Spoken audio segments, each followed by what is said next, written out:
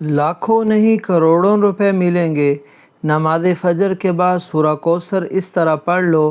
صرف ایک دن کا وظیفہ ہے، یہ موقع بار بار نہیں ملتا، فائدہ اٹھا لو۔ بسم اللہ الرحمن الرحیم۔ محترم ناظرین، فجر کی نماز پڑھنے کے بعد سورہ کوثر کا یہ وظیفہ کر لو۔ لوگ دروازہ کھٹکھٹا کر پیسے دے کر جائیں گے۔ یقین نہیں آتا تو بے شک آزما لو۔ آج ایسا مجرب اور غیبی وظیفہ آپ تمام ناظرین کی خدمت میں پیش کروں گا جو لوگ قرض کی وجہ سے پریشان ہیں اور فوری طور پر چاہتے ہیں کہ پیسوں کا غیبی طریقے سے بندوبست ہو جائے۔ گھر میں بڑے مسئلے مسائل ہیں، مہنگائی سے پریشان ہیں۔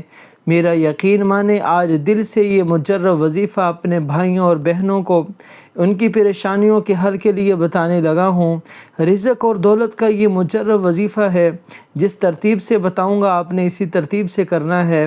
اپنی طرف سے تھوڑی سی بھی آپ کو کمی بیشی نہیں کرنی، ورنہ آپ کا جو وظیفہ ہے اس کے جو اثرات ہیں وہ آپ کو نظر نہیں آئیں گے، الٹا آپ لوگ اپنا وقت ضائع کریں گے۔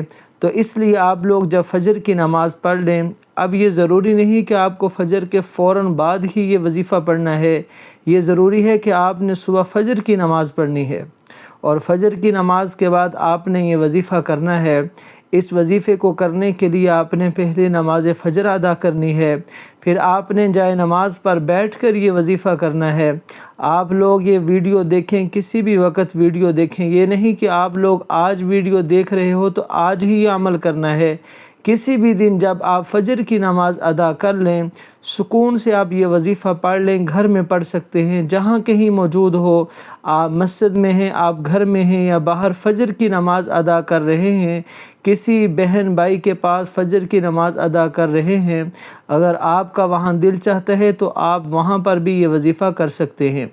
یہ اتنا آسان اور اتنا مجرب وظیفہ ہے کہ آپ لوگ مسجد میں بھی پڑھ لیں، آپ کو گھنٹوں بیٹھ کر یہ وظیفہ نہیں پڑھنا، بلکہ کچھ منٹ لگیں گے۔ یہ وظیفہ پڑھتے ہی آپ لوگ معجزات کو اپنی آنکھوں کے سامنے انشاءاللہ دیکھیں گے۔ لیکن ایک میری بات آپ لوگ بڑی توجہ سے سمجھ لیں کہ آپ لوگوں کی جو شکایت ہے کہ ہم جب بھی وظیفہ پڑھتے ہیں وہ وظیفہ اثر نہیں کرتا، آج میں آپ کو بہت ہی خاص بات بتانے لگا ہوں کہ آپ کا وظیفہ اثر کیوں نہیں کرتا۔ کچھ بھائی بہن کہتے ہیں کہ نہ ہم نماز چھوڑتے ہیں، کوئی وظیفہ ایسا نہیں کہ ہم نہ پڑھتے ہوں، ہر وقت کی نماز کے بعد وظیفہ پڑھتے ہیں، صبح بھی شام بھی وظیفہ۔ تو آپ لوگوں کی سب سے بڑی غلطی یہی ہے کہ آپ لوگ ایک دن میں ایک سے زیادہ وظائف ہرگز نہ پڑھیں۔ بھلے آپ نوٹ کر لیں، ایک دن کا کوئی عمل ہے، ایک دن کا کوئی وظیفہ ہے، ایک دن کا ہی کوئی وظیفہ ہو، لیکن آپ تمام دوست ایک دن سے زیادہ ایک حاجت کے لیے جو وظیفہ آپ کو بتایا گیا ہے، روزانہ ایک وظیفہ پڑھیں، کسی بھی حاجت کے لیے ہو، کسی اور حاجت کے لیے آپ دوسرا کوئی وظیفہ پڑھ سکتے ہیں، لیکن آپ لوگ ایک دن میں ایک حاجت کے لیے بے شمار وظائف ہرگز نہ پڑھیں۔ آپ لوگ کیا غلطی کر جاتے ہیں کہ کسی ایک حاجت کے لیے بہت سارے وظیفے ایک ساتھ پڑھ لیتے ہیں۔ مثال کے طور پر آپ کا کوئی رزق کا مسئلہ ہے، قرض کا مسئلہ ہے، تو اس قرض کے لیے آپ لوگ ایک دن میں آپ کو کوئی عمل بتایا گیا کہ یہ ایک دن کا عمل ہے تو پہلے پورا دن وہ عمل مکمل کریں، ایک سے زیادہ وظائف نہ پڑھیں، پھر اگلے دن دوسرا وظیفہ پڑھیں، تیسرے دن تیسرا وظیفہ پڑھ لیں، ترتیب سے وظائف پڑھا کریں اور جس تعداد میں بتایا جائے اسی تعداد پڑھا کریں۔ وقت کی نزاکت کو مد نظر رکھتے ہوئے آئیے آج کے اس عمل کی طرف چلتے ہیں، لیکن اس سے پہلے اگر آپ اس چینل پر نئے ہیں اور آپ نے اس چینل کو ابھی تک سبسکرائب نہیں کیا تو خدا رہا اس چینل کو ابھی سبسکرائب کر لیں، کیونکہ ایسے بہت سے وظائف، بہت سے اعمال آپ کے حوالے ڈیلی بیسس پر کرتا رہوں گا۔ عمل کیا ہے؟ جیسا کہ میں نے بتایا کہ فجر کی نماز سکون سے ادا کر لیں، پھر اس کے بعد جیسے ہی سلام پھیر لیں، چاہے تو اسی وقت کر لیں، چاہے تھوڑی دیر کے بعد کر لیں، لیکن بہتر یہ ہے کہ آپ اسی وقت سکون سے یہ عمل کر لیں، باوجود وضو مصلی پر بیٹھ کر آپ نے سب سے پہلے نبی کریم صلی اللہ علیہ وسلم کی ذات مبارکہ پر درود پاک پڑھنا ہے۔ درود پاک آپ کوئی سا بھی پڑھ سکتے ہیں، آپ صلی اللہ علی محمد پڑھ لیں، آپ صلی اللہ علیہ وآلہ وسلم پڑھ لیں، یا آپ نماز والا درود ابراہیمی پڑھ لیں تو سب سے بہتر ہے۔ ایک بار ثواب کی نیت سے درود پاک میرے ساتھ بھی پڑھیے گا۔ اللہم صلی علی محمد وعلی آل محمد کما صلیت علی ابراہیم وعلی آل ابراہیم انکا حمید مجید۔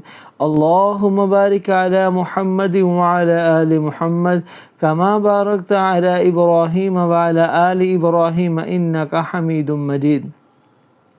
درود پاک پڑھتے ساتھ ہی فوری طور پر آپ نے سب سے پہلے اپنے مقصد کی نیت کرنی ہے۔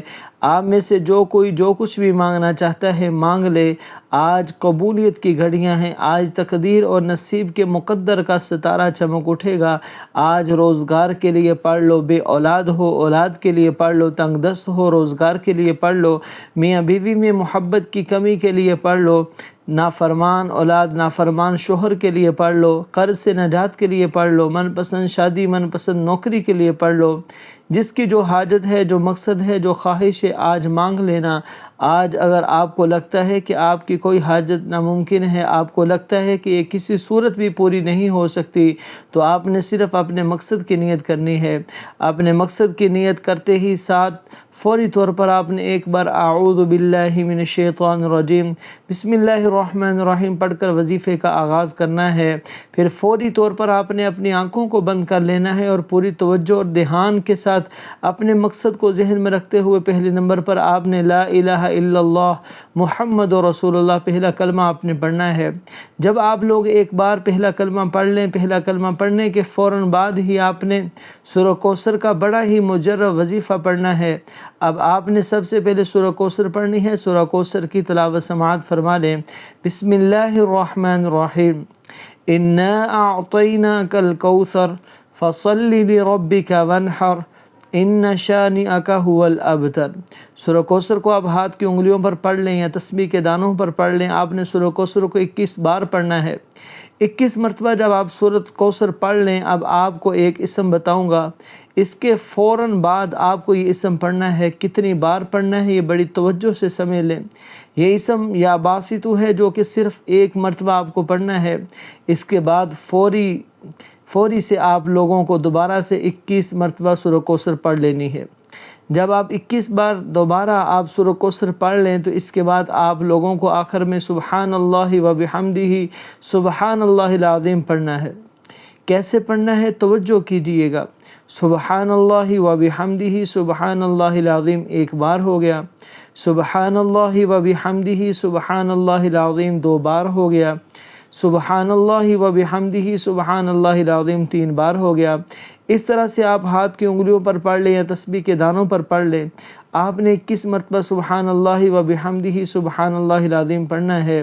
آپ یہ اعمال بتائے گئے طریقے سے پڑھنے کے بعد آخر میں وہی درود پاک پڑھ لیں جو آپ نے عمل کے شروع میں پڑھا تھا، اور اس کے بعد آپ کا یہ وظیفہ یہ عمل مکمل ہو جائے گا۔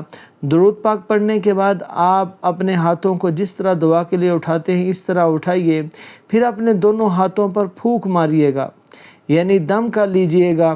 دونوں ہاتھوں پر پھونک مار کر اپنے چہرے پر پھیر لیں، اور اس کے بعد ہاتھ اٹھا کر اللہ تعالیٰ سے دعا مانگ لیجئے۔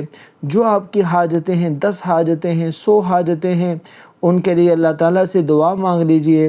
محترم ناظرین، دعا ایسی عظیم عبادت ہے کہ ہمارا اللہ ہمارے دل کی سرگوشی کو بھی سن لیتا ہے، عبادت کی طلب کو قبول فرماتا ہے۔